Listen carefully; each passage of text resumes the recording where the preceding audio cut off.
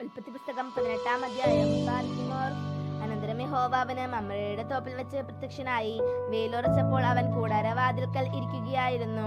അവൻ തല പൊക്കി നോക്കിയപ്പോൾ 3 പുരുഷന്മാർ തന്റെ നേരെ നിൽക്കുന്നത് കണ്ടു.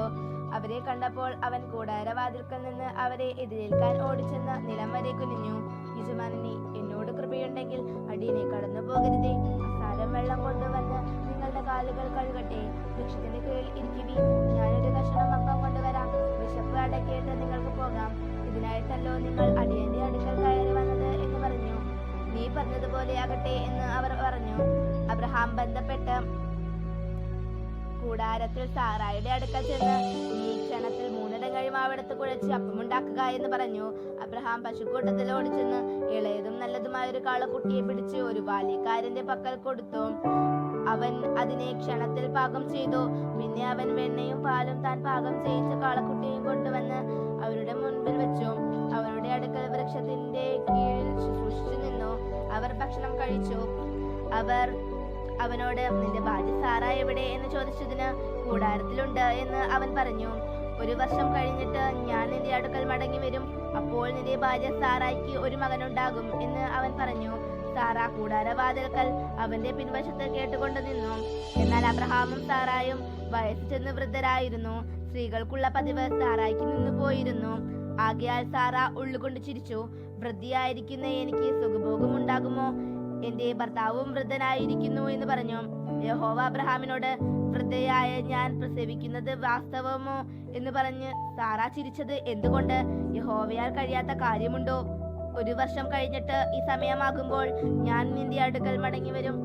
സാറായ്ക്ക് ഒരു മകനെ ഉണ്ടാകും എന്ന് അരുളി ചെയ്തു. സാറ ഭയപ്പെട്ട്, ഇല്ല, ഞാൻ ചിരിച്ചില്ല എന്ന് പറഞ്ഞു. അങ്ങനെയല്ല, നീ ചിരിച്ചു എന്ന് അവൻ അരുളി ചെയ്തു. ആ പുരുഷന്മാർ അവിടെ നിന്ന് പുറപ്പെട്ട് സോദോം വഴിക്ക് തിരിഞ്ഞു. അബ്രഹാം അവരെ യാത്ര അയക്കാൻ അവരോട് കൂടെ പോയി. അപ്പോൾ യഹോവ അരുളി ചെയ്തത്, ഞാൻ ചെയ്യുവാനിരിക്കുന്നത് അബ്രഹാമിനോട് മറച്ചു വെക്കുമോ? അബ്രഹാം വലിയവനും ബലമുള്ളവനുമായ ജനതയായി തീരുകയും അവനിൽ ഭൂമിയിലെ ജനതകളൊക്കെയും അനുഗ്രഹിക്കപ്പെടുകയും ചെയ്യുമല്ലോ. യഹോവ അബ്രഹാമിനെ കുറിച്ച് അരുളി ചെയ്തത് അവന് നിവർത്തിച്ചു കൊടുക്കാൻ തക്കവിധം അബ്രഹാം തന്റെ മക്കളോടും തനിക്കും പിമ്പുള്ള കുടുംബത്തോടും നീതിയും ന്യായവും പ്രവർത്തിച്ചിരിക്കൊണ്ടും യഹോവയുടെ വഴിയിൽ നടക്കാൻ കൽപ്പിക്കേണ്ടതിന് ഞാൻ അവനെ തിരഞ്ഞെടുത്തിരിക്കുന്നു. പിന്നെ യഹോവ, സൊദോമിന്റെയും ഗൊമോറയുടെയും നിലവിളി വലിയതും അവരുടെ പാപം അതികഠിനവുമാകുന്നു. ഞാൻ ചെന്ന് എന്റെ അടുക്കൽ വന്നെത്തിയ നിലവിളി പോലെ അവർ കേവലം പ്രവർത്തിച്ചിട്ടുണ്ടോ ഇല്ലയോ എന്ന് നോക്കി അറിയും എന്ന് അരുളി ചെയ്തു. അങ്ങനെ ആ പുരുഷന്മാർ അവിടെ നിന്ന് തിരിഞ്ഞ് സൊദോമിലേക്ക് പോയി. അബ്രഹാമോ യഹോവയുടെ സന്നിധിയിൽ തന്നെ നിന്നു. അബ്രഹാം അടുത്തു ചെന്ന് പറഞ്ഞത്, ദുഷ്ടനോടുകൂടെ നീതിമാനെയും നീ സംഹരിക്കുമോ? പക്ഷേ ആ പട്ടണത്തിൽ 50 നീതിമാന്മാർ ഉണ്ടെങ്കിൽ നീ അതിനെ സംഹരിക്കുമോ? അതിലെ 50 നീതിമാന്മാർ നിമിത്തം ആ സ്ഥലത്തോട് ക്ഷമിക്കുകയില്ലയോ? ഇങ്ങനെ നീ ഒരു നാളും ചെയ്യുന്നതല്ലയോ? നീതിമാൻ ദുഷ്ടനെ പോലെ ആകത്തക്കവിധം ദുഷ്ടനോടുകൂടെ നീതിമാൻ നീ ഒരു നാളും കൊല്ലുകയില്ല. സർവഭൂമിക്കും ന്യായാധിപതിയായവൻ നീതി പ്രവർത്തിക്കാതിരിക്കുമോ? അതിന് യഹോവ, ഞാൻ സൊദോമിൽ പട്ടണത്തിനകത്ത് 50 നീതിമാന്മാരെ കാണുന്നെങ്കിൽ അവരുടെ നിമിത്തം ആ സ്ഥലത്തോടൊക്കെയും ക്ഷമിക്കും എന്ന് അരുളി ചെയ്തു. പൊടിയും വെണ്ണീറുമായി ഞാൻ കർത്താവിനോട് സംസാരിക്കാൻ തുനിഞ്ഞുവല്ലോ.